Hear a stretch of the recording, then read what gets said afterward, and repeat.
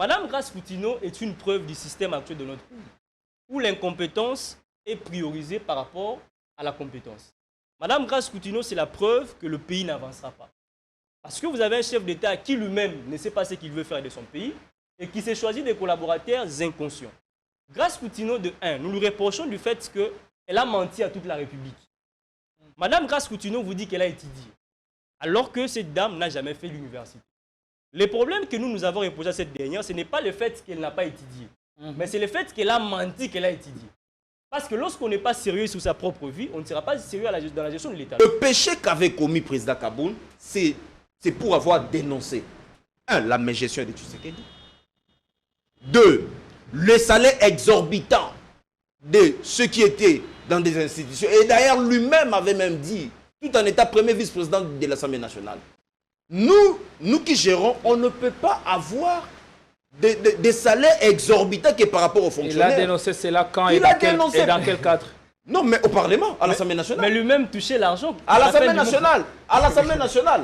Vous voyez? Parce que s'il touchait cet argent-là, mais il ne pouvait pas dénoncer. Il ne pouvait pas dénoncer. Bon, pourquoi il a dénoncé? Parce qu'à un moment donné, il a vu une miette.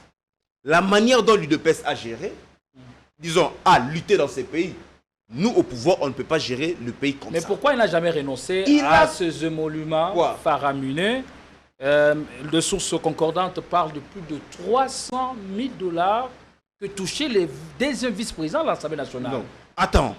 Pourquoi n'a-t-il jamais renoncé à ça? D'ailleurs, vous êtes journaliste. Allez vérifier à l'Assemblée nationale. Président Jean-Marc Kaboun était le tout premier à dénoncer les frais de fonctionnement que touchaient les membres du bureau à l'Assemblée nationale. Je sais que lors de l'exercice du débat général sur le budget 2020-2021, mais c'est lui qui avait pratiquement pris la parole, premier vice-président de l'Assemblée nationale, pour dénoncer cela. Et après Jean-Marc Kaboun, ce sont les opposants qui ont relayé ces propos. Confort, classe, luxe, à la fois moderne et vintage. Un mix de sensations qui vous offre des expériences personnalisées, uniques et inoubliables. Désirez-vous entrer dans une autre galaxie? Alors bienvenue à Joua Palace. Nous vous proposons 2 appartements spacieux offrant un salon convivial, une cuisine moderne et 3 chambres élégantes pour un quotidien serein, 2 salles de bain raffinées pour votre confort et votre bien-être. Pour vos linges, notre buanderie professionnelle est mise à votre disposition. Une sécurité 24 heures sur 24 sous une lumière permanente grâce à notre générateur de grande capacité, loin de coupures intempestives d'électricité. Joua Palace vous offre également la connexion Internet haut débit, un système de mobilité intégré grâce à notre charroi automobile de première classe. Où croyez-vous être? Vous êtes à Kinshasa et nous sommes Joua Palace, situé au numéro 7 avenue Kassai, quartier GB, commune de Ngaliema, à 3 minutes de boulevard du 30 juin, près de Mino-Congo. Voulez-vous faire l'expérience? Contactez-nous au +243 81 60 33 128. N'attendez plus, faites de Joua Palace votre nouveau chez vous.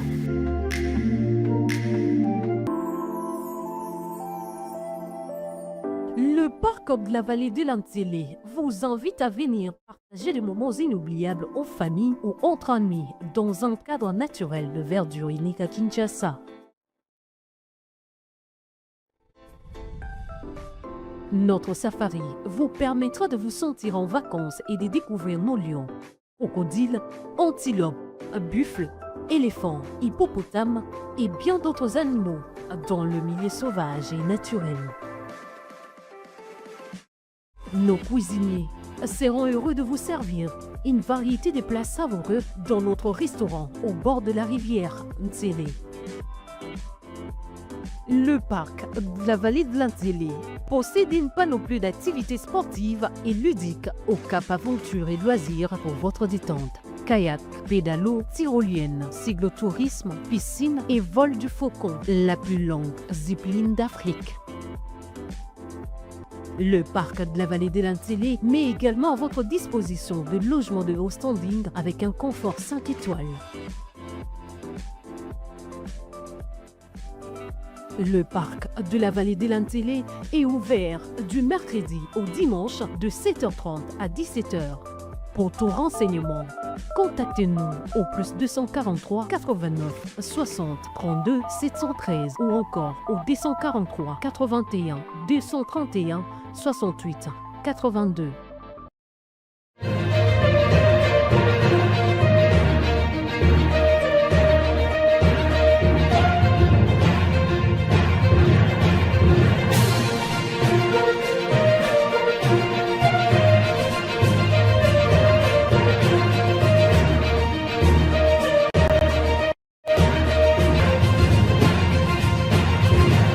Mesdames et messieurs, chers internautes, nous sommes très contents et merci de votre fidélité, votre confiance que vous ne cessez de nous accorder. Bien sûr, nous sommes au cœur de l'actualité. Vous êtes sur Politico, la force du détail qui va dérouler le menu du jour. On parlera des questions d'actualité, mais aussi de l'engagement de la jeunesse dans l'arène politique. On a de brillants intervenants qui sont avec nous sur ce plateau pour crever l'abcès et nous avons bon espoir. Donc vous aurez à passer du bon temps de télé. L'actu est vaste et on parlera de la situation sécuritaire dans l'est du pays, du choc thérapeutique qu'il faille proposer pour sortir de l'engrenage, mais aussi le perspective d'avenir pour 2026 qui risque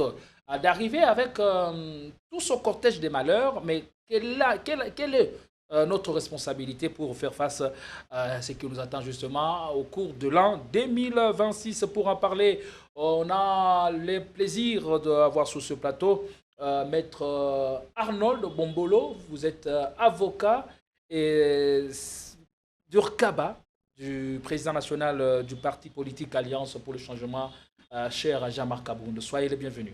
Merci beaucoup, cher Gédéon, de nous avoir invités sur votre plateau pour que nous venions cogiter sur des questions essentielles avec notre co-débatteur et les nombreux téléspectateurs qui auront l'occasion de nous suivre. Laissez-moi d'abord saluer les peuples congolais. Je salue également mon co-débatteur, sans oublier la population de mon territoire de Ingende, de la province de l'Équateur. D'ailleurs, je me prépare pour déjà les fêter avec ma base dans mon territoire de Ingende, de la province de l'Équateur. J'en profite pour vous souhaiter mes voeux le meilleur. Merci pour beaucoup 2026. à vous également, ainsi que à toute la chaîne et à l'initiateur de cette chaîne. Un jeune très brillant et vous évoluez aux côtés du président national de votre parti politique, Jean-Marc Kabound. Quelle est la place que vous accordez à la jeunesse dans la lutte ou l'engagement politique à Rotumokatu du Congo? Vous êtes sans ignorer que notre jeunesse, c'est une jeunesse active. Mais à la différence, les différents régimes ayant dirigé notre pays n'ont pas su mettre en place une jeunesse cohérente, capable de gérer le pays ainsi que les institutions du pays.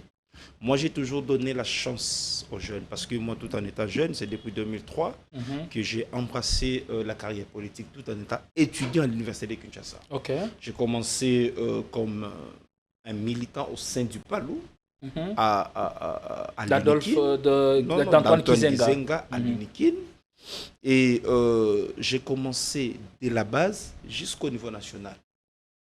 Vous n'avez pas brûlé les étapes? Non. J'étais dans une cellule, après cellule, cercle, section, province au niveau national. Donc, nos partis politiques doivent être un lieu de réflexion, un lieu pour promouvoir la jeunesse. Donc, moi, j'ai commencé la politique en bas. Et aujourd'hui, je suis quand même au sommet d'un autre parti politique, malgré que à un moment donné, les Palous nous avaient déçus, moi personnellement, et j'étais obligé de quitter le Palou. On a fait un temps avec l'ancien Premier ministre Adolphe Mouzitou. Nous étions dans l'opposition. Après avoir quitté le pouvoir, on a accepté de faire l'opposition. Et d'ailleurs, à l'époque, j'étais le bourgmestre adjoint de la commune de Lemba. À peine d'être nommé, mais je refusais ma nomination à cause de la lutte. Après avoir quitté, nous sommes arrivés avec Mouzitou dans le nouvel élan. Mais lorsque j'ai vu les combats pour lesquels nous nous étions assignés, ce n'était plus sur la table, alors j'étais obligé de quitter Adolphe Mouzitou. Et au jour d'aujourd'hui, je suis avec Jean-Marc Kabound. Donc, c'est pour vous montrer que la jeunesse congolaise, c'est une jeunesse active. Mais sauf que le régime doit maintenant tout faire, ainsi que les partis politiques, pour promouvoir ces jeunes-là. Une jeunesse active, vous le dites avec pertinence, mais aussi beaucoup retiennent de cette jeunesse où beaucoup pensent que cette jeunesse est aussi pressée et parfois mal préparée. Et c'est également ça votre avis? Non, je ne partage pas cet avis. La jeunesse n'est pas pressée.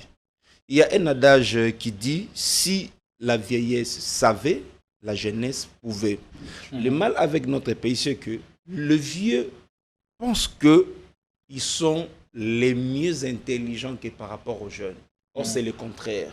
Parce que l'histoire de notre pays nous renseigne que ce sont les jeunes qui nous ont arraché l'indépendance. Ce n'étaient pas des vieux. Ce sont des jeunes. C'était d'ailleurs des jeunes. Lumumba avait quel âge à l'époque? Mais en restant sur votre adage, si jeunesse savait, si la vieillesse savait, la jeunesse pouvait. Non, si la jeunesse... non, la vieillesse d'abord. Si la vieillesse savait. Oui. Si la vieillesse savait, la jeunesse pouvait. C'est-à-dire que la jeunesse a besoin de l'expérience, de la connaissance qui lui manque, contrairement à la vieillesse. Non. La jeunesse ne manque pas de l'expérience. La jeunesse a de la force. A l'expérience selon le moment. Vous ne pouvez pas, par exemple, demander à quelqu'un qui vient de quitter l'université une expérience. Parce qu'il a passé une expérience académique. Il doit maintenant entrer dans une expérience professionnelle. Mais quelqu'un qui vient de l'université, pourquoi vous lui demandez une expérience, par exemple, d'une année? Là, c'est une façon de bloquer l'émergence des jeunes. Alors, nous sommes contre ce système. Nous, on a besoin que le jeune, parce qu'on a besoin d'une nouvelle connaissance scientifique. Les vieux qui nous ont gérés, ils ont passé beaucoup de temps au sein des institutions. Ils étaient également aussi jeunes. Elle arrive avec quel outil, justement? C'est la grande question. C'est là que je me dis que cette jeunesse, elle arrive pas suffisamment formée et avec certaines insuffisances. Non. C'est d'ailleurs le contraire. Si vous voyez l'expérience politique de notre pays, ce sont des vieux qui nous causent du tort. Je peux vous donner un exemple. Lumumba, Premier ministre à l'âge de 31 ans. Patrice Emery Lumumba. Si on avait laissé le temps à Lumumba de diriger ces pays, le pays n'allait pas être dans cette condition. Au tempore, au mores, voilà. Comme disent le latiniste. Voilà. Autre temps, autre mers. Est-ce aujourd'hui, c'est le cas de le dire? Aujourd'hui, moi, je peux le confirmer. Pourquoi? Parce que dans la plupart des cas, si vous voyez un exemple, je donne un exemple, quelqu'un comme Constant Moutamba, c'est un jeune.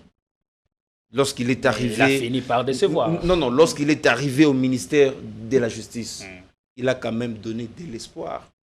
Contrairement à mon grand frère que j'aime bien, Ngefa. Vous voyez? Donc Ngefa est tellement amorphe, on ne sait même pas quelle est la politique criminelle qu'il est en train d'imprimer au sein de la magistrature, on ne sait pas. Mais avec Moutamba, on avait senti quand même un petit changement, même dans les comportements, même dans la manière de traiter certains dossiers de magistrats. Pourquoi? Parce qu'il y avait un jeune qui était venu, mais sauf que Moutamba n'avait pas fait, en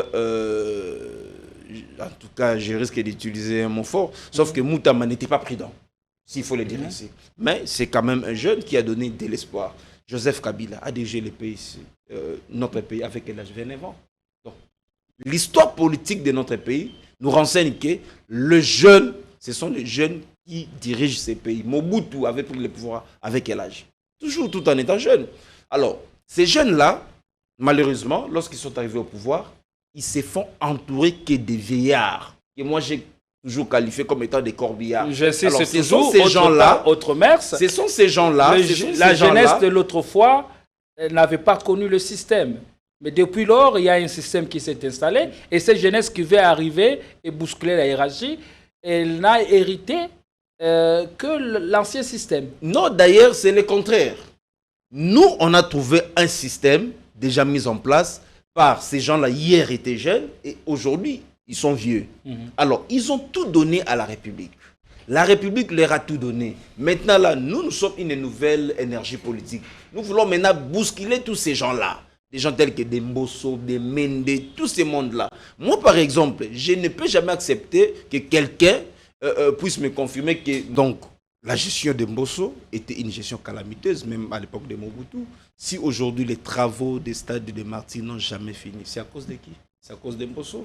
Si aujourd'hui nous voyons des Mende tout comme ça, alors ce sont nos vieux, mais ils nous ont rendu un très mauvais service. Voilà pourquoi nous, étant jeunes, nous sommes arrivés avec une nouvelle énergie politique et nous voulons maintenant les bousculer. Moi, personnellement, je l'ai toujours dit. Si demain, l'Alliance pour le changement est au pouvoir et que le président Kabound a recruté que ces corbillards politiques-là, je serai contre cette manière de faire des choses. Pourquoi? Parce qu'on a besoin de donner aussi la chance aux jeunes. Que ce vieux-là nous laisse gérer et voir au moins aussi la différence. Merci beaucoup, Maître Arnold Bombolo. Je crois que je ne vais pas massacrer votre vous nom. Pas massacré. Et je vais saluer aussi un autre jeune sur ce plateau, l'un des meilleurs de sa génération, Maître Enoch Manoka.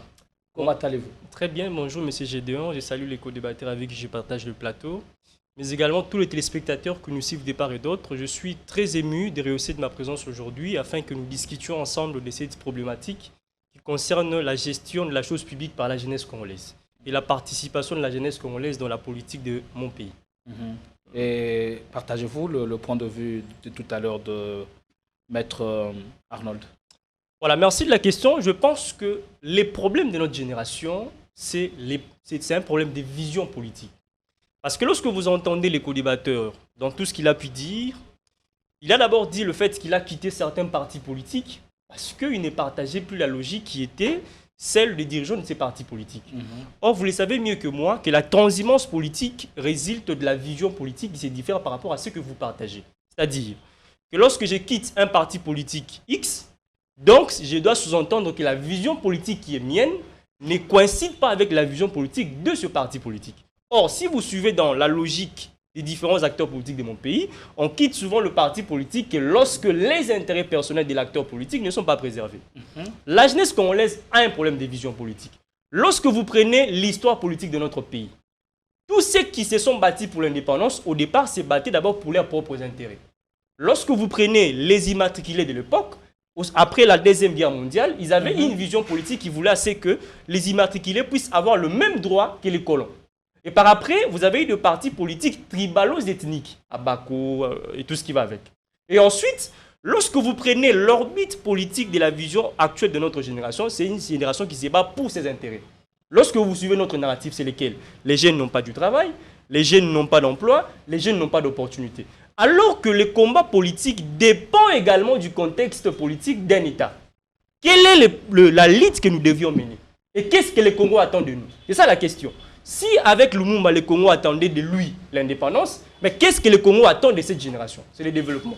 Est-ce qu'on peut développer le pays qu'en demandant du travail pour soi? Ou on développera le pays qu'en implémentant une vision politique claire? Donc vous comprenez mieux que moi que le problème actuellement, il faut que l'on puisse définir une vision politique à long terme. Mais pas avec une génération qui pense seulement par rapport à son ventre, ou qui pense seulement par rapport à ses intérêts personnels, mais qui pense pour l'avenir du pays. Parce que tu sais qui dit, toute cette classe politique ont commis la même erreur que nous commettons aujourd'hui.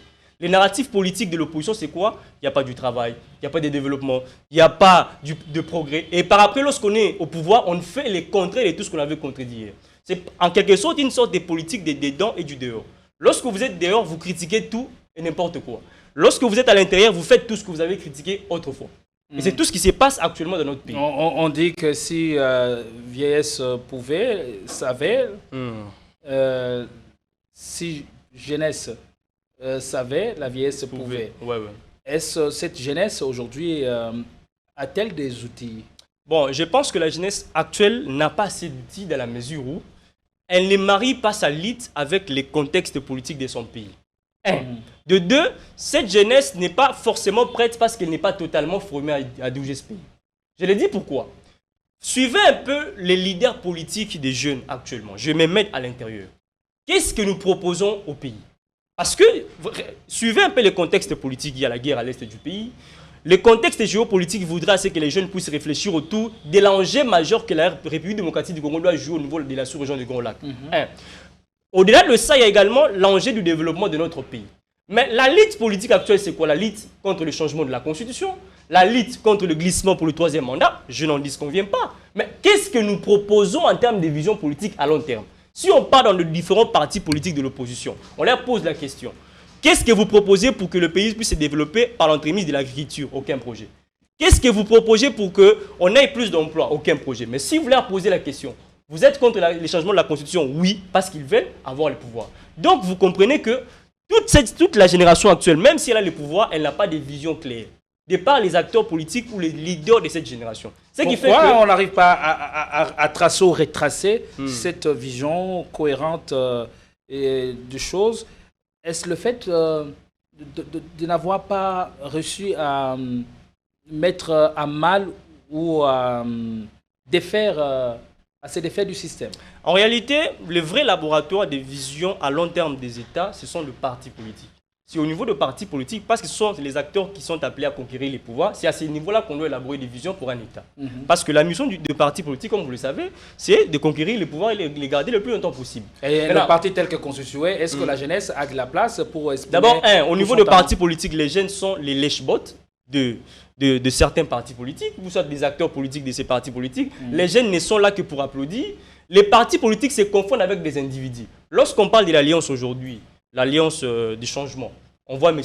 Jean-Marc Aboun. Lorsqu'on vous parle de l'UDPS, on voit les Sphinx qui n'est plus. Lorsqu'on vous parle du PPRD, on voit M. Kabila. Mais si on vous pose la question, en quoi est-ce que l'alliance pour le changement est différente de l'UDPS en termes de vision politique? Il n'y aura pas de réponse. Si on vous pose la question, en quoi est-ce que le PPRD est différent de l'ECD? Pratiquement tout le parti politique partage la même vision. Mais de la manière de faire, on se rend compte que c'est comme si on s'est contredit. Or, les contradictions dans la démocratie sont des contradictions des idées. Et les idées coïncident avec les visions politiques des partis politiques. C'est là où il y a le problème. Si vous posez à Kaboun, il vous dira non, je veux le développement et le progrès. L'UDPS également veut le développement et le progrès. En quoi est-ce que vous vous contredisez? Parce que vous partagez la même vision. Donc on comprend ici que on dit des choses qu'on ne fait pas. Ou en réalité, les visions politiques ne sont que des miroirs qu'on n'applique pas. Alors que dans la logique de la politique de notre pays, les gens font le contraire de ce qu'ils disent. Rassurez-vous que si on part dans cette logique, même Kaboun ne développera pas ce pays, même si on met un Fayoulou là, il ne fera absolument rien, parce que tous ces gens-là disent des bonnes choses lorsqu'ils sont à l'extérieur. Mais en étant à l'intérieur, que proposez-vous alors à la place? Ce que moi je propose, c'est quoi? D'abord que les jeunes soient bien formés. Et que le jeune puisse comprendre que l'avenir de ce pays dépend des actions que nous posons actuellement. En étant formé, il faut qu'on puisse créer ce qu'on appelle une sorte de conclave des jeunes, où on va réfléchir sur la vision politique du Congo à long terme. Parce que je vous rappelle que les États-Unis d'Amérique, ou toutes ces nations développées, ont commencé par penser leur république 30 ans, 40 ans avant, pour qu'ils deviennent aujourd'hui ce qu'ils sont. Alors si nous pensons que c'est en étant au sommet de la République qu'on va développer l'État, alors rassurez-vous que le pays ne va pas développer. C'est une évidence. On va mettre un ordre en une minute tout simplement, d'accord avec ces diagnostics? Non, non, je ne partage pas du tout cet avis parce qu'à un moment donné, il a bien introduit sa réflexion, mais sauf qu'il a trop mal chité. Lorsqu'il parle des idéologies dans ces pays, d'ailleurs, de part des partis politiques, c'est-à-dire l'origine des partis politiques dans notre pays, il a si bien dit que le parti était considéré comme étant des associations tribales. On suppose que les partis en RDC n'ont pas commencé sur base d'une idéologie. Les idéologies sont venues quand? C'est vers les années 80 dans notre pays.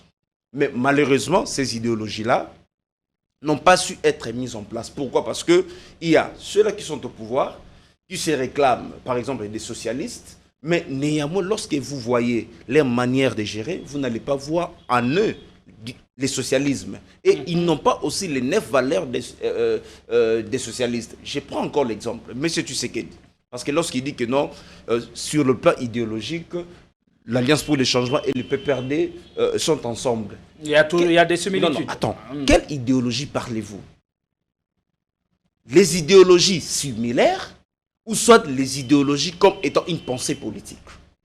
Nous, pour l'Alliance Alliance pour le changement, notre idéologie, c'est une pensée politique.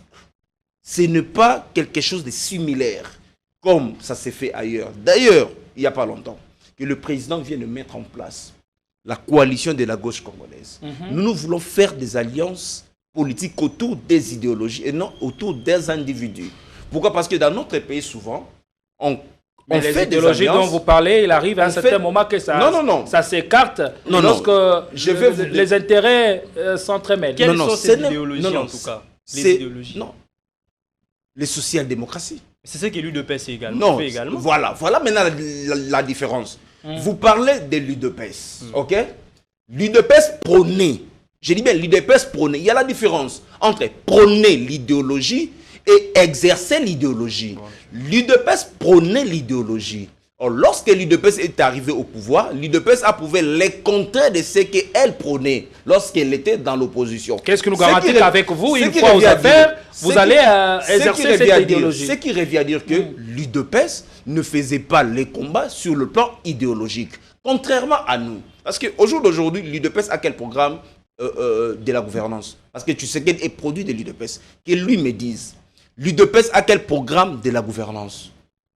Aucun. Et tu sais qu'il est en train de patauger. Il est en train de toucher par-ci, par-là. Hier, il est allé lancer des travaux de ce que j'ai considéré comme étant l'utopie. Parce que cela n'a pas été budgétisé. De créer une nouvelle ville de l'autre côté. C'est une vision, mais une vision éparpillée. Une vision mal conçue. Et ça ne sera même pas exécuté parce que cela n'a pas un budget. Alors nous maintenant là, nous sommes dans l'opposition. On se dit socialiste. Pourquoi on se dit socialiste? Parce que nous voulons à ce que le socialisme soit réellement le socle du développement dans notre pays. C'est cette idéologie-là qu'on est en train de prôner.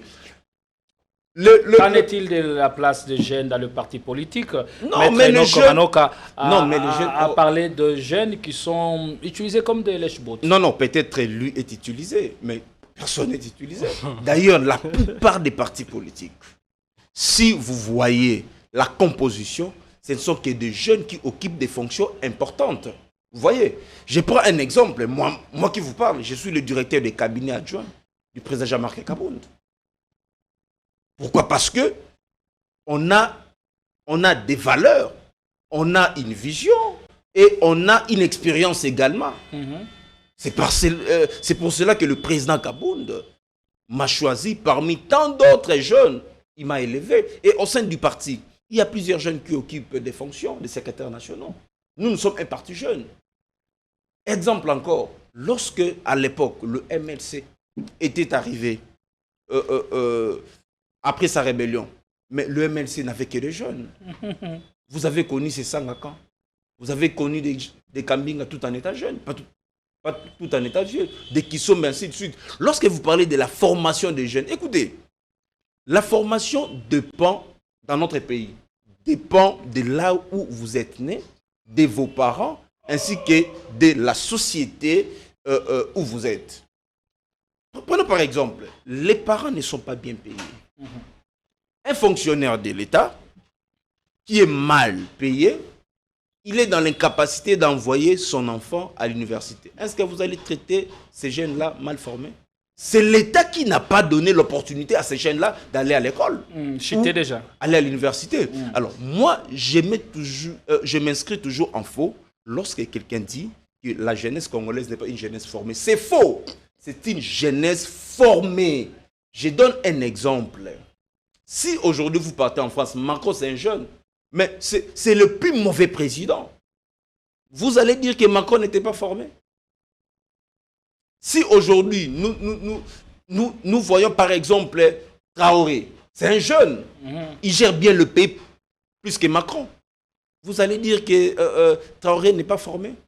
Non, la formation dépend d'une personne à une autre. Et surtout que là où vous êtes né et grandi, avec une famille, et ainsi de suite. C'est par là que vous allez situer votre réflexion sur l'évolution des jeunes. Maintenant, notre pays ici ne donne pas l'occasion aux jeunes d'aller étudier, même en Europe. L'État ne donne plus de bourses. Ce sont des parents eux-mêmes qui envoient leurs enfants à l'université. Ce sont des familles elles-mêmes plutôt, qui se battent pour envoyer leurs enfants à l'université. Et non l'État. Maintenant, vous voulez que ces jeunes-là soient formés comment? Parce que l'État lui-même est incapable de donner l'opportunité aux jeunes. Donc, le tout premier responsable, c'est d'abord l'État. Parce que les jeunes sont là. Nous avons une jeunesse capable de changer les choses. Sauf que c'est l'État congolais, ce sont ceux qui sont au pouvoir, qui ne donnent pas l'occasion à ces jeunes-là d'être des jeunes, comme il a dit, formés. Mais moi, j'ai toujours dit que les jeunes congolais sont des jeunes formés. La formation, il ne faut pas toujours aller à l'université. Même ceux qui font des métiers, ils font comment? Ils sont déjà formés. Comment quelqu'un qui n'a pas fait l'Académie des Beaux-Arts, mais il est capable de nous faire l'œuvre d'art? Et vous allez dire que ces jeunes-là n'est pas formé. Il est formé, mais il n'est pas encadré par l'État. Ce qui manque à la jeunesse, c'est l'encadrement de l'État congolais. Les jeunes sont bien formés. Maître Enoch, quel est votre regard sur ces jeunes qui sont au sein des institutions, par exemple ceux qui sont dans le gouvernement, ceux qu'on a vus dans la formation du gouvernement Souminois 1 comme Souminois 2. Et je me rappelle que vous étiez dans une campagne pour le départ du ministère de la Jeunesse de Grâce Coutinho. Pourquoi un tel choix? Voilà, merci de la question. Je vais d'abord répondre sur ce que Maître a dit concernant la vision politique. Il a dit que l'UDPS prônait la vision politique socialiste et que dans l'exercice, elle ne l'exerce pas. Alors que lorsque l'UDPS prônait cette vision, son président faisait partie de l'UDPS. Et au début de la mauvaise exercice de cette vision, son président faisait partie de l'UDPS. Ce qui fait que si aujourd'hui, il veut nous faire voir que Alliance pour le changement a un président qui incarne une vision avec ses collaborateurs, alors que lorsqu'il gérait le pays, ces mêmes présidents faisaient le contraire de cette vision, donc il me rejoint.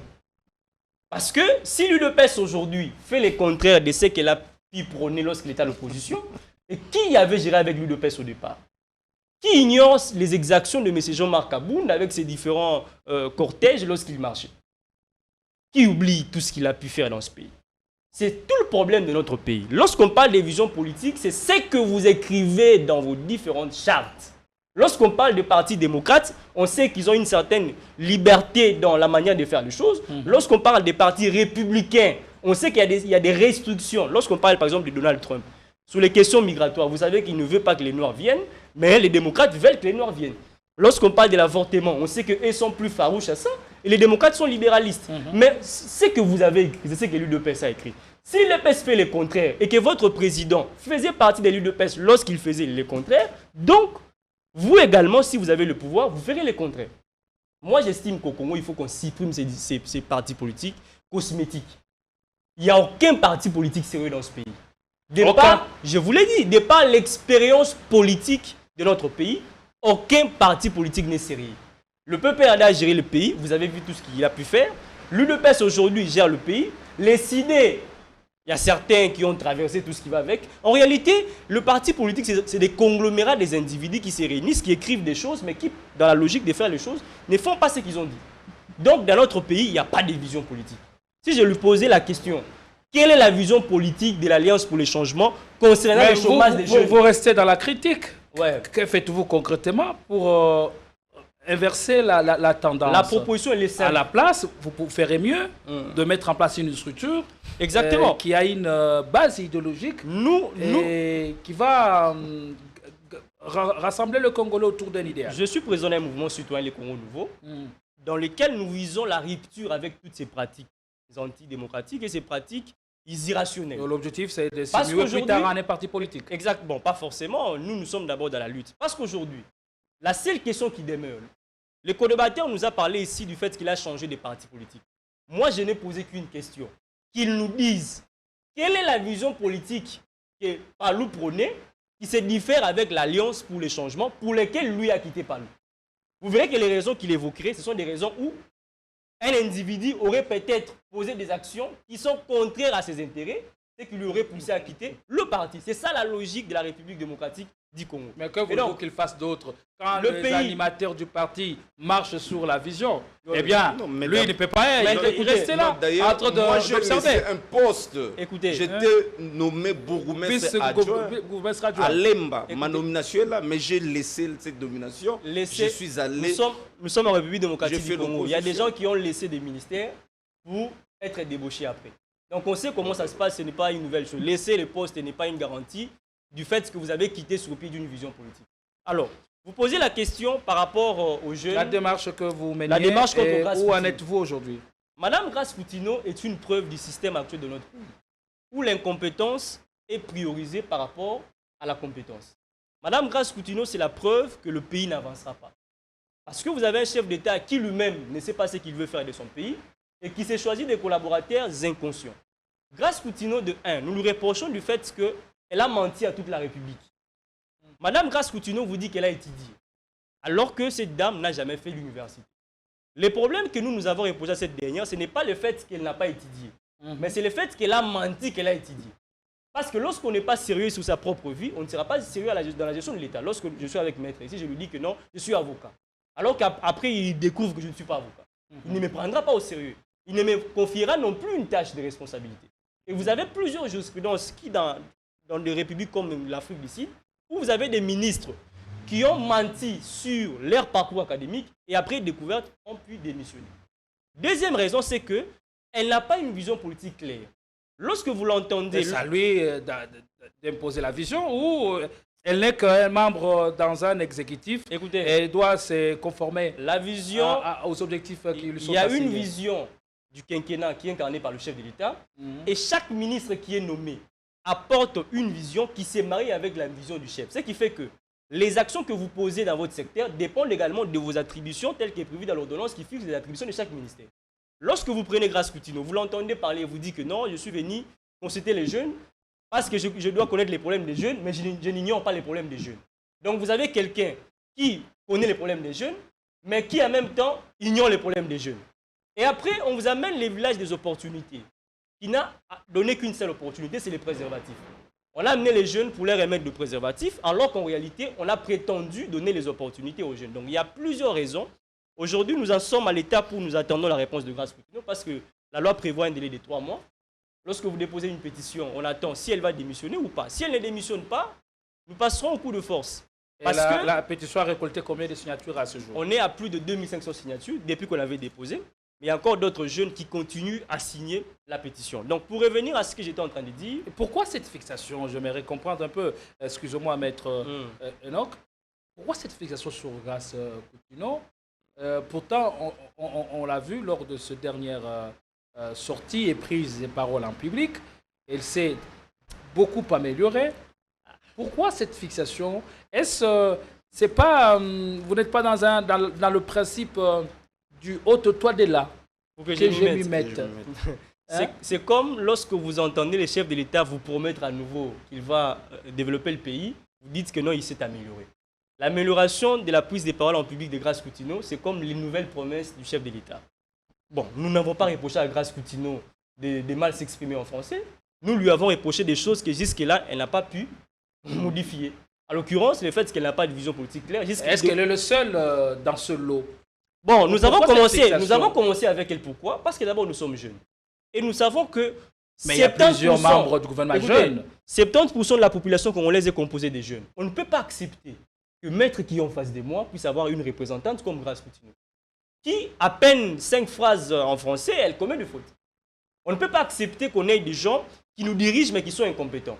On dit parler français n'est pas un synonyme d'intelligence. Ce n'est pas synonyme d'intelligence, mais lorsqu'on a des postes de responsabilité, on doit être conséquent par rapport à ce que nous assumons. Vous n'allez pas accepter que quelqu'un qui ne sait pas filmer prenne la caméra pour nous filmer. Est-ce que vous l'accepterez? Donc chaque fonction a des compétences requises. Donc Grace Coutinho ne pouvait pas faire abstraction à ce. C'est comme si vous allez à un test d'embauche et on vous dit ici les critères de sélection, maîtrise de l'anglais. Voilà. Ouais, quand même, ça ne rassure pas la productivité, mais quand même, c'est un critère clé. Exactement. Pour que vous soyez... Donc, je pense qu'aujourd'hui, notre pays, Grâce Coutinho n'est que le résultat du système actuel des jeunes. Mais le chef de l'État lui jette des fleurs par contre. Mais parce que le chef de l'État est incompétent. Vous pensez que l'incompétence peut saluer la compétence? L'incompétence ne prône que l'incompétence. Le chef de l'État ne peut s'entourer que des incompétents parce que lui-même est incompétent. Et c'est une évidence. Et donc nous pensons aujourd'hui que les jeunes doivent comprendre que nous sommes en train de traverser une étape de transition. Transition entre l'ancienne génération et la nouvelle. Transition entre les mal passés et les mal présents. Les mal passés incarnés par Kabila et les autres, les mal présents incarnés par Tshisekedi.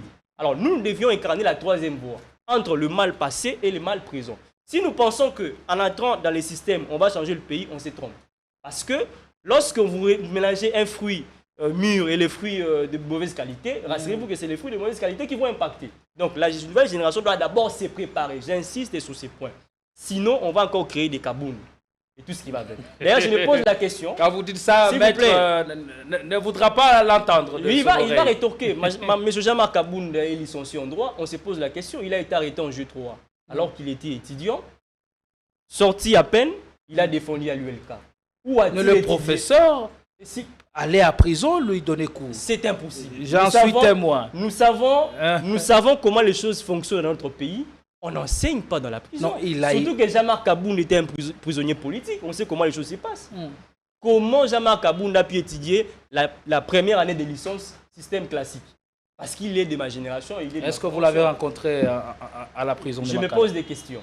Comment a-t-il étudié la première licence? Les réponses, c'est avec système Maître Arnold. En une minute, s'il vous plaît, avant de dérouler le menu. Oui, ok. Premièrement, je crois qu'il y a vraiment des confusions dans ce qu'a dit mon co-débatteur. Premièrement, il dit que Jean-Marc Kabound a accédé au pouvoir avec Tshisekedi et que Kabound aurait commis des actes qui lui posent au moins contraire. Est-ce qu'il peut me citer un seul acte? Jean-Marc Kabound, comme secrétaire général de l'UDPS, je vous ai dit ici, à l'époque, et président intérimaire, l'UDPS prônait le socialisme et démocratie. Le socialisme et démocratie a sa manière de voir les choses. Lorsque un socialiste est au pouvoir, tout socialiste doit reposer son pouvoir sur l'intérêt général. D'abord placer l'homme au-dessus de tout. Lorsque Tshisekedi est arrivé au pouvoir avec Jean-Marc Kabound, Jean-Marc Kabound, à un moment donné, était d'ailleurs le premier à critiquer son propre régime pendant qu'il était dans le régime. Lorsqu'on lui a ravi les carrés miniers. S'il vous plaît. Est-ce que vous... Non. Il ne faut pas dire ce que les autres disent sur les réseaux sociaux. Donc, lorsque vous ne connaissez pas les raisons... Ce sont des rumeurs ou des évidences? Non, ce sont que des rumeurs. Est-ce que carré minier, on peut donner à un individu? C'est bien intellectuel. Si vous lisez les codes miniers, on ne peut jamais donner les carrés miniers à un individu. Les carrés miniers, on ne donne qu'à une société. Or, Jean-Marc Kabound n'a jamais une société. Il n'a jamais créé une société jusqu'à présent. Non, on a les individus qui ont des carrés miniers. Non. Passer au cadastre minier. Non. Selon le code minier. Mais moi, je parle de réalité. Même cette réalité-là. Allez au cadastre minier, vous trouverez des individus avec des carrés miniers. Aucun individu a un certificat d'exploitation des carrés miniers. Mais il peut être actionnaire dans une société commerciale. Écoutez, c'est que... Mais comment on a ravi le carré minier à Nanga alors que nous savons que Nanga n'a aucune société? Moi, je ne sais pas si on a ravi des carrés miniers à Nanga. Oui. Parce que moi et il a confirmé cela. Non, récemment, dans une interview. Non, là c'est Nanga pour chercher comment faire sa rébellion. Non, c'est ce que tout le monde dit depuis longtemps. Non, et le propos qu'il a confirmé. Voilà pourquoi les gens disent que le contraire de ce qui est écrit, parce que les gens ne lisent pas. Lorsque déjà quelqu'un dit qu'un individu a un carré minier, moi qui suis praticien de droit, j'ai lu les codes miniers. Le code minier dit qu'on ne peut pas donner le carré minier à un individu. Là, vous êtes dans le test. Nous connaissons la réalité de notre pays. Non, c'est pour vous dire que c'était d'abord faux. Le président Jean-Marc Kabound n'a jamais exploité le minerai de notre pays. Là, j'ai dit et je le confirme. Dans le cadre de la préservation deux acquis comme voulu par les présidents de la République, 2024 pour l'inspection générale de finances sera une année de renforcement de la lutte contre la corruption et les antivaleurs dans la gestion publique. Pour ce faire, ce service de contrôle supérieur a lancé 222 points de contrôle dans l'ensemble du territoire national. Cette énième vague de la patrouille financière s'annonce énorme. Les entités à surveiller sont la DGI, la DGRAD, la DGDA, avec les provinces de Kinshasa, de la Tchopo, du Nord Kivu, du Congo central, du Haut-Katanga et du Lualaba. Aussi dans le lot du contrôle, 12 ministères sont concernés, 44 établissements et entreprises publiques, 7 provinces et 12 entités territoriales décentralisées et enfin la chaîne de la dépense publique. Les contrôles a priori, dit la patrouille financière, restent le mode par excellence du contrôle des finances publiques en RDC. Totikala Setseko Ndenali Puta na wax de Maman Moussika Letoko Maka légende na 3.5, 4.5, to 5.5 dollars. Signature Yalibela et Tikali. Inoubliable avec le wax de Maman Moussika. Le péché qu'avait commis le président Kaboun, c'est pour avoir dénoncé 1. La mégestion de Tshisekedi. 2. Le salaire exorbitant de ceux qui étaient dans des institutions. Et d'ailleurs, lui-même avait même dit, tout en étant premier vice-président de l'Assemblée nationale, nous qui gérons, on ne peut pas avoir des salaires exorbitants qui est par rapport aux fonctionnaires. Il a dénoncé cela quand et dans quel cadre? Non, mais au Parlement, à l'Assemblée nationale. Mais lui-même touchait l'argent. À l'Assemblée nationale. À l'Assemblée nationale. Vous voyez? Parce que s'il touchait cet argent-là, ouais, ok, ouais. Mais il ne pouvait pas dénoncer. Il ne pouvait pas dénoncer. Bon, pourquoi il a dénoncé? Parce qu'à un moment donné, il a vu une niette. La manière dont l'UDPS a géré, disons, a lutté dans ces pays. Nous, au pouvoir, on ne peut pas gérer le pays comme ça. Mais pourquoi il n'a jamais renoncé à ces émoluments faramineux? De sources concordantes parlent de plus de 300 000 dollars que touchaient les deuxièmes vice-présidents de l'Assemblée nationale. Non. Attends. Pourquoi n'a-t-il jamais renoncé à ça? D'ailleurs, vous êtes journaliste. Allez vérifier à l'Assemblée nationale. Président Jean-Marc Kabound était le tout premier à dénoncer les frais de fonctionnement qui touchaient les membres du bureau. À l'Assemblée nationale. Je sais que lors de l'exercice du débat général sur le budget 2020-2021, mais c'est lui qui avait pratiquement pris la parole, premier vice-président de l'Assemblée nationale, pour dénoncer cela. Et après Jean-Marc Kabound, ce sont les opposants qui ont relayé ses propos. Entre autres, c'est Sanga. Et d'ailleurs, c'est Sanga à l'époque avait donné Kabound 10 sur 10. Lui-même avait dit. N'avait-il pas confondu de rôle? Non, non. Qui avait la possibilité de rencontrer à n'importe quel moment le chef de l'État, mais c'est lorsque le dénoncer du haut de la chaire, de la tribune de l'Assemblée nationale. Est-ce que ça se comprend? Non, non. Un député national a 3 missions. Représenter la nation, contrôler le gouvernement et sanctionner le gouvernement. Il était aussi membre du bureau de l'Assemblée nationale. Mais il était d'abord député national. D'abord, il était député national. Comme député, il jouait son rôle. Donc, Jean-Marc Kabound... Et comme membre du bureau, il est tenu à une certaine ligne de conduite. Non, non, non. Écoutez, qu'est-ce que vous voulez dire par là? Que comme membre du bureau, vous ne pouvez pas dénoncer? Parce que beaucoup reviennent sur ça et disent que tout ceci n'était que du populisme. Voilà maintenant la différence d'un socialiste avec un capitaliste. C'est ça. Lorsqu'un capitaliste est au pouvoir, son salaire lui suffit. Mais lorsque un socialiste est au pouvoir, lui n'a pas besoin que de son salaire. Il a besoin aussi que l'autre puisse bien manger, puisse avoir sa voiture, puisse avoir... ou soit habiter dans des quartiers confortables. C'est ça les socialistes. Un socialiste met l'homme au-dessus de tout. Et Jean-Marc Kabound, lorsqu'il a compris qu'à l'époque, Félix Tshisekedi faisait maintenant les contraires de ce que l'UDPS prônait à l'époque, qu'est-ce qu'il a fait? Il a dénoncé. Et après avoir dénoncé, Il a quitté le pouvoir. Il a démissionné. Jean-Marc Kabound n'était pas chassé du pouvoir. C'est lui d'ailleurs, c'est lui-même qui avait pris son stylo. Il a démissionné. Pression, il a démissionné. Même pas sous pression. Il avait démissionné d'ailleurs. Si vous êtes... souvenez-vous encore, chers journalistes, avant sa conférence de presse. De 2022 ou de 2021. La conférence de presse qui lui a coûté la prison. Voilà. Mais le président Jean-Marc Kabound, qu'est-ce qu'il avait dit? Je veux démissionner de mes fonctions. La démission étant un acte volontaire, donc on ne peut pas dire qu'il était poussé. Parce que lui-même, il pouvait bien aussi se taire et rester au pouvoir. Pourquoi il n'a pas su se taire? Et quel lien entretient-il aujourd'hui avec le pouvoir? Non. Il ne rencontre pas, il ne se parle pas avec le président. Il ne rencontre même dans une visite de nuit. Il ne rencontre pas Tshisekedi. Kabound n'est pas comme les autres acteurs politiques. En quoi est-il différent? Vous savez, nous prenons les 9 valeurs d'un socialiste. Un socialiste ne peut pas être un menteur. Un socialiste doit d'abord avoir la vérité en lui. Jean-Marc Kabound ne peut pas rencontrer Tshisekedi le soir et les combattre la journée. Il ne peut pas le faire. Et Tshisekedi lui-même le sait. S'il y a quelqu'un, depuis qu'il est sorti de la prison, il n'a jamais voulu voir Tshisekedi, c'est Jean-Marc Kabound. Combien de fois Tshisekedi a envoyé ses émissaires pour négocier avec Kabound? Même dans une visite de nuit. Je vous dis, Kabound a toujours refusé toute visite nocturne. Si vous voulez le voir, il faut venir pendant la journée et ça doit être au vu aussi de tout le monde. Lorsqu'il dit qu'il était en prison, comment il a fait pour obtenir sa licence? Non. Lorsque vous ne connaissez pas la personne, Kabound n'a pas commencé à ULK en 2018. C'est depuis 2016. Pour votre information. C'est faux.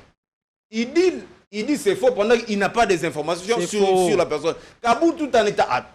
Peut-être c'est à peine de commencer la politique. Je vous donne l'information. Je vous rappelle. Lorsqu'à l'époque Chadari, secrétaire permanent du PPRD, disait que l'UDPS a un secrétaire étudiant à ILK. Il disait à qui? À Jean-Marc Kabound. Peut-être c'est à peine de commencer la politique. Non. Donc vous pensez commencer la politique aujourd'hui et que toi commences aujourd'hui avec vous? Non. Il a commencé à ILK depuis 2016.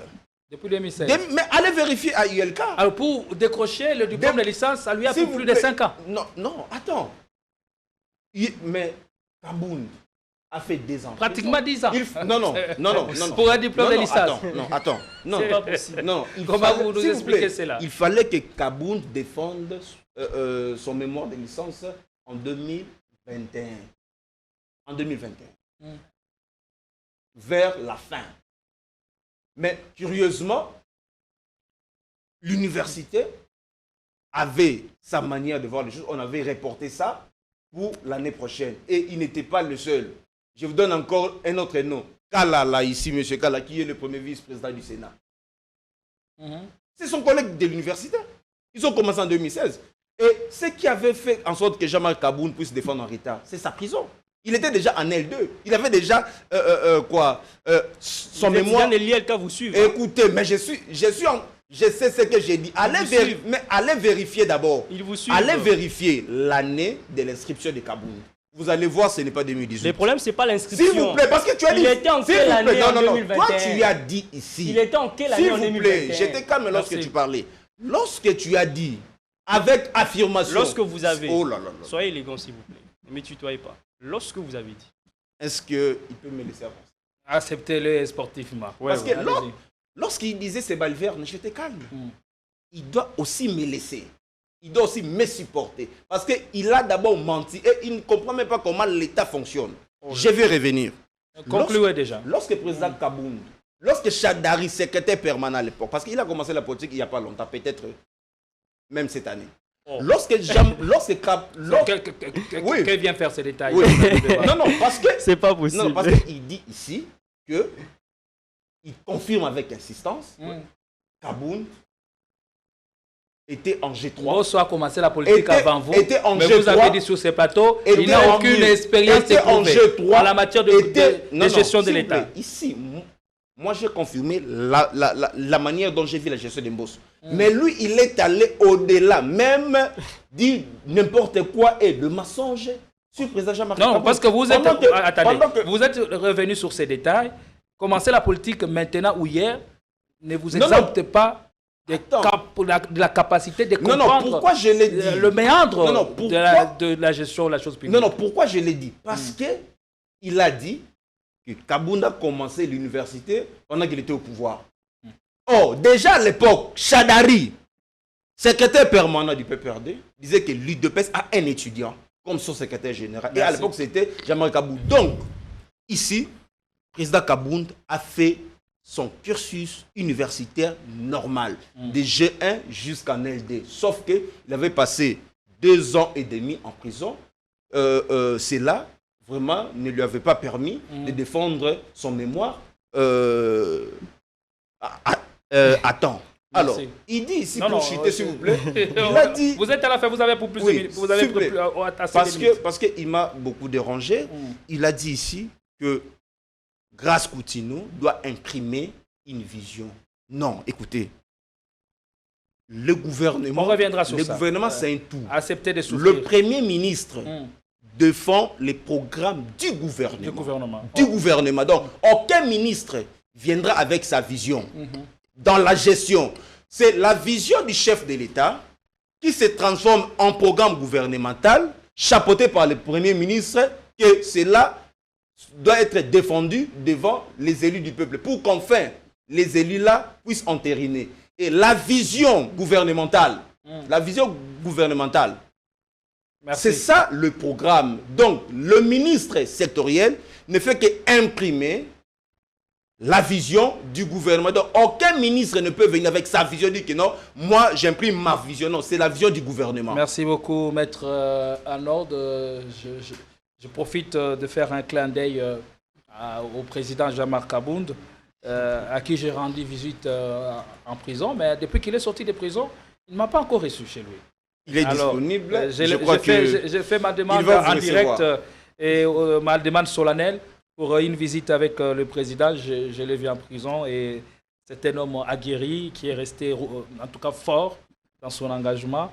Il croit dur comme fer que ce pays a besoin de tous ses fils et ses filles pour atteindre ce niveau de destin de grandeur que nous voulons. Vous avez le même temps d'antenne pour répondre et argumenter.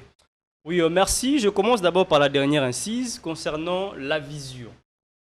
Je pense qu'au départ de son intervention, Maître a dit que les gens ne lisent pas. Voilà pourquoi ils disent des bobards. C'est une preuve qu'ils ne lisent non plus. Parce que lorsque vous lisez l'ordonnance présidentielle qui fixe les attributions de chaque ministère, lorsque vous arrivez au niveau du ministère de la Jeunesse, on vous dit que le ministère de la Jeunesse a parmi ses attributions une attribution qui consiste à définir une vision dans la gestion des jeunes. Ce qui fait que, au-delà de la vision du gouvernement, mais on doit définir une vision qui doit se marier au programme gouvernemental. Je n'ai pas dit que le ministre de la Jeunesse, lorsqu'il vient, il apporte une vision qui contredit les chefs de l'État, non. Les actions politiques que vous posez ou la vision politique que vous incarnez doit se marier avec ce qui a été donné. Ne vous attaquez pas à Grace Coutinho. Est-ce que dans ce secteur, y a-t-il déjà une vision ou des orientations qu'elle a trouvées sur lesquelles elle peut s'appuyer? Lorsque vous suivez mon intervention de part, j'ai dit que Grace Coutinho n'est qu'une suite logique d'un système. C'est-à-dire que vous avez un incompétent au sein de la République qui nomme des incompétents. Donc Grace Coutinho n'incarne que le système. Ça, c'était une chose que j'avais dite. Il parle de M. Jean-Marc Kabound. Il a dit qu'il a commencé l'université en 2016. Vous savez mieux que moi que le système classique, lorsque vous débutez l'université, il y a 3 ans pour le graduat, 2 ans pour la licence. Ce qui sous-entend que M. Jean-Marc Kabound devait finir l'université en 2021. 2016, 2021, ça fait 5 ans. Oui. Alors, il a été arrêté en quel mois? 2022, au mois de janvier. Alors, s'il vous plaît, nous ne sommes pas... Il n'a pas été arrêté au mois de janvier. Mais vérifiez. On va vers la fin du mois de l'année 2022. Non. Vérifiez. Laissez-moi argumenter. Allez-y, le temps que je recherche. Si vous vérifiez, vous allez vous rendre compte qu'il a mordu l'hameçon. Pourquoi? Parce que l'année académique pour les universités privées, parce qu'à l'INIKIN, on sait qu'il y a les années élastiques, prennent fin à l'absurde contradictoire au mois de novembre et décembre pour les défenses de la deuxième session. Parce que moi, j'ai des amis à l'ULK. Je peux les contredire avec de faits. Parce que j'ai des amis qui ont étudié avec votre président lorsqu'il était en G3. Donc, si on parle à sa logique, que M. Jean-Marc Kabound avait commencé en 2016, donc il devait défendre en 2021. Coûte que coûte. Parce que l'année académique à l'ULK devait se clôturer en principe. Qu'est-ce qui a retardé alors? Donc, ce qui fait que dire que M. Jean-Marc Aboun a commencé en 2016 et qu'il a été arrêté en 2022, mais qu'il n'a non plus défendu en 2021, c'est mentir. C'est une preuve que vous mentez.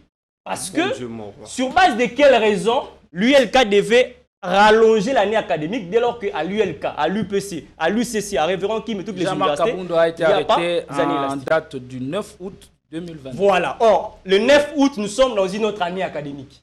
Il n'y a même pas la deuxième session, même pas les césariennes. Ce qui fait que Maître a menti.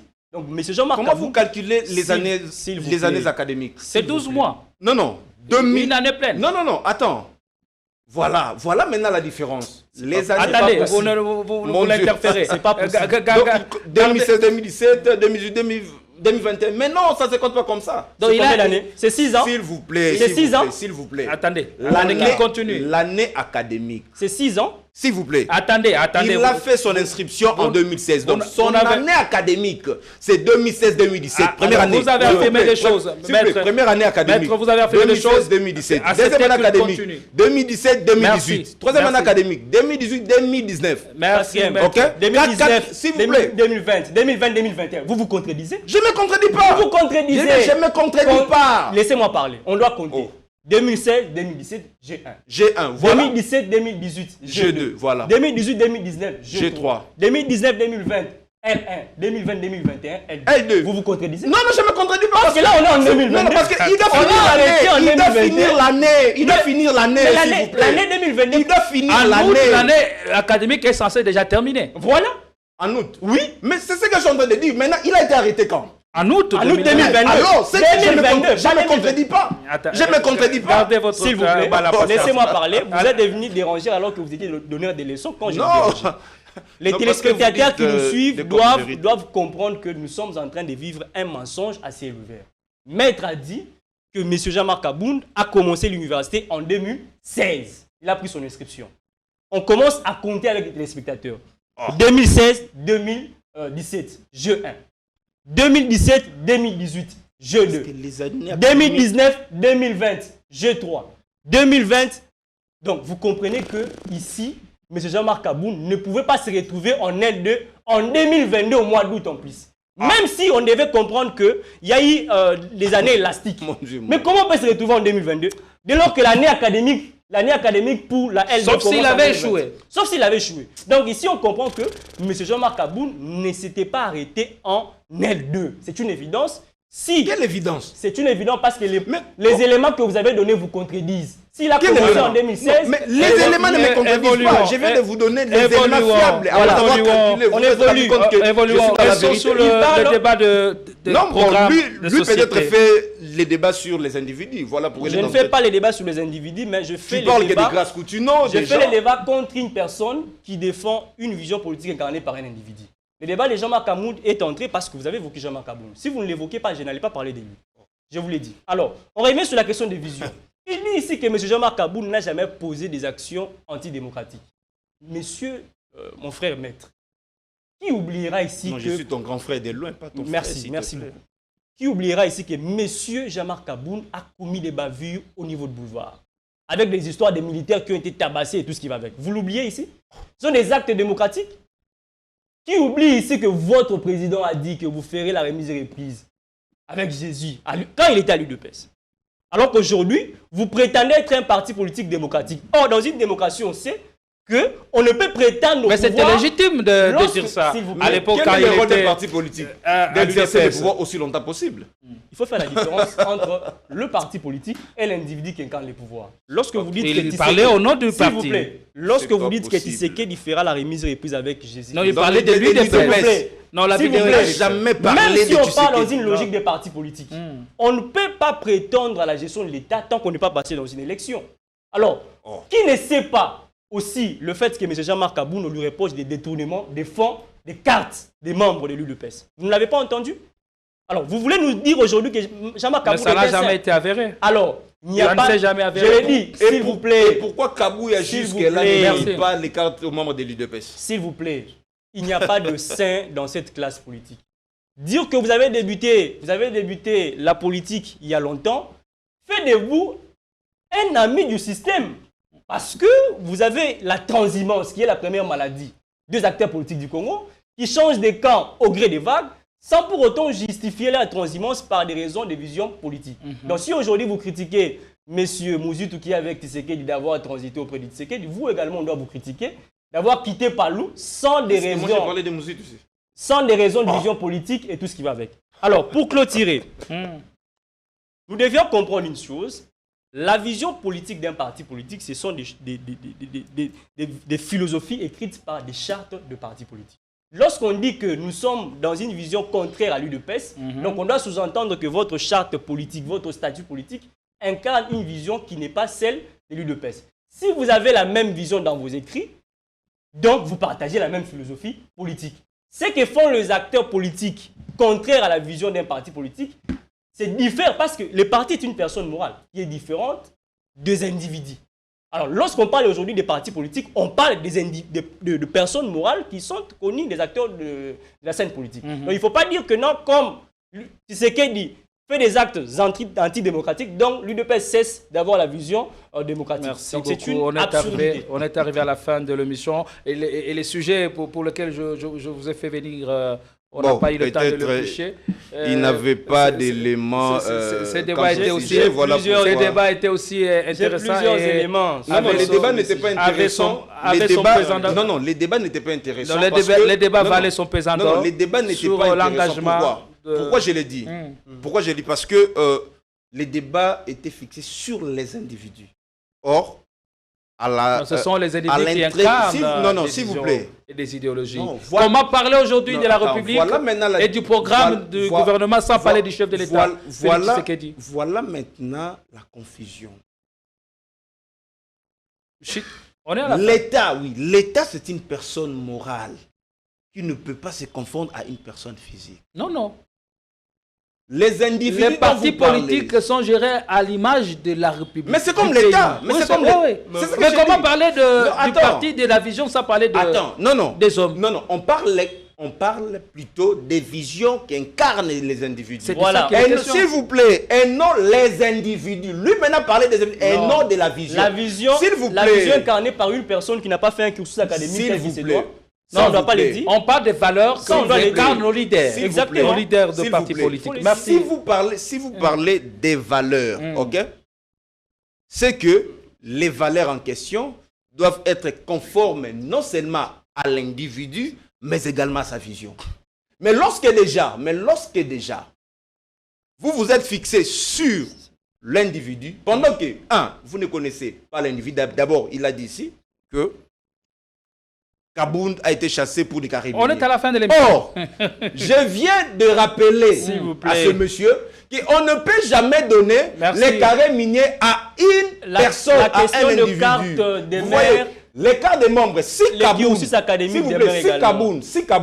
Kabound avait détourné l'argent des cartes à l'UDPS, mais pourquoi Kabound ne donne non plus les cartes aux membres de l'UDPS? Le mal n'est pas justifié par le mal. Nous allons pour les changements. Mais nous avons des cartes biométriques. Merci. Nous avons des cartes biométriques. L'UDPS est gérée par la famille Tshisekedi. Si la famille Tshisekedi ne dit pas un mot, vous ne pouvez pas faire quoi que ce soit. C'est ça que Kabound a été victime. Mais bien, quoi? Kabound en a été victime. Mais bien sûr, même Kabound aujourd'hui, on parle des détournements, de l'argent des cartes. Et lorsqu'il demanda. Mais pourquoi il est resté pendant autant d'années? Non, écoutez, chacun a sa façon de voir les choses. Lorsque Kabound avait vu que l'UDPS est géré par la famille Tshisekedi, que lui ne pouvait plus rester là-bas, il a quitté. Merci. Et si Kabouya estime qu'il doit rester là-bas, c'est à Kabouya de justifier pourquoi il est resté là-bas. Lorsqu'il dit que le parcours académique, écoutez, on est à la fin. Oui, je suis déjà. Je refuse de vous arracher brutalement la parole. Je suis déjà. C'est parce qu'il ne sait pas compter les années académiques. S'il vous plaît. Comment vous comptez les années académiques? Et l'année académique a combien de mois? S'il vous plaît. Voilà. S'il vous plaît. Lorsque quelqu'un prend son inscription, par exemple, cette année. En 2016. J'ai donné un exemple, cette année, pour te faire comprendre. Cette année. Nous sommes en quelle année? 2025. 2025. Son année académique va commencer quand? Pour nous, je vais répondre. S'il vous plaît, je vais répondre. Je suis un enseignant. L'année académique débute en 2025 parce que l'inscription débute quand? S'il vous plaît. Les universités privées, généralement c'est vers la fin. S'il vous plaît, s'il vous plaît. Voilà, les universités privées débutent l'année au mois d'octobre. Donc en 2025. S'il vous plaît. C'est en 2025. On ne compte pas les années académiques 2016, 2017, 2018. Non. On compte comment? S'il vous plaît, les années académiques est comptée par rapport au nombre de mois conformément au calendrier. Mais c'est ce qu'on est en train de faire. faire. Non, vous n'avez pas ça. 2017, 2016. Non, ce n'est pas comme ça. Oh, première année, écoutez, première année. Merci, c'est quoi? Première année, merci beaucoup. doit prendre fin quand? En 2017. En 2017. Oui. Ok. Deuxième année commence en 2017 pour en faire en 2018. Non, écoutez. Oui. Merci. Mais je peux parler. Peut-être que vous avez oublié, vous avez fini l'université depuis longtemps. Écoutez, effectivement, je vous ai accordé la parole pour conclure. Je suis dans ces mondes-là. Merci à vous, maître Enoch Manoka. Je suis dans ces mondes-là jusqu'à preuve du contraire. Votre dernier mot, il a pris presque... Bon, vous n'avez pas réussi à conclure. Moi, je vais conclure. C'était juste votre mot de la fin. Bon, pour chuter, en ce qui concerne les sujets... Oui, la situation de l'Est. Bon, la situation de l'Est, moi, je l'ai toujours dit que les régimes ne comprennent pas les enjeux ainsi que les dangers que guette notre pays. Nous tous, on s'est fixé que sur le Rwanda. Posons-nous la question. Vous êtes dans votre mot de la fin. Le Rwanda a quel effectif militaire? D'ailleurs, rien que la partie est de notre pays est plus grande que le Rwanda.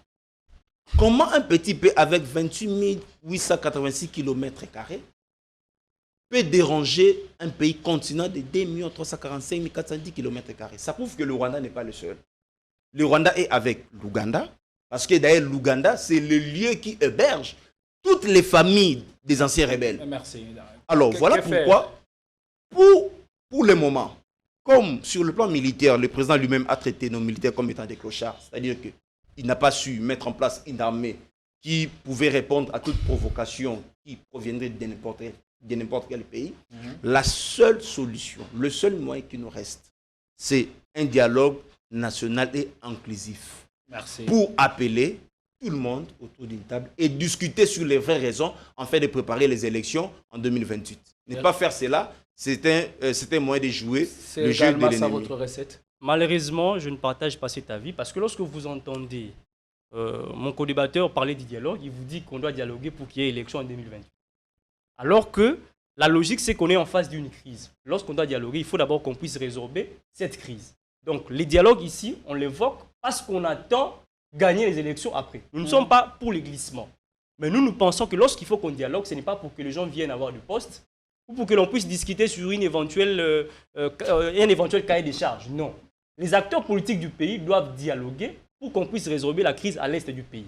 Parce qu'il est une évidence que les textes de notre pays disent clairement qu'il faut qu'il y ait élection en 2028. Et faire le contraire, c'est violer la loi.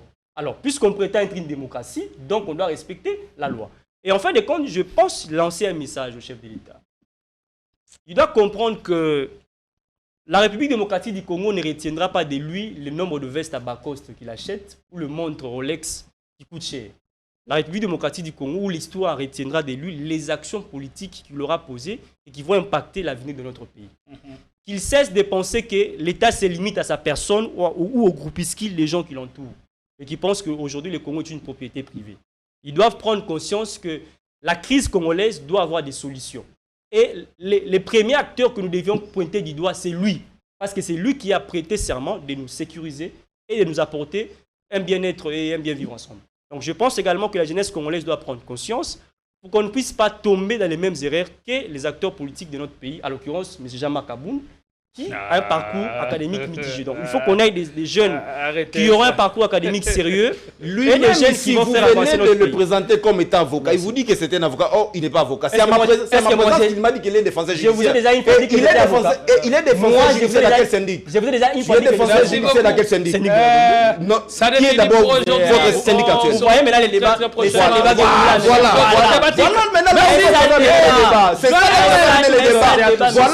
Voilà là où toi tu avais mené les débats.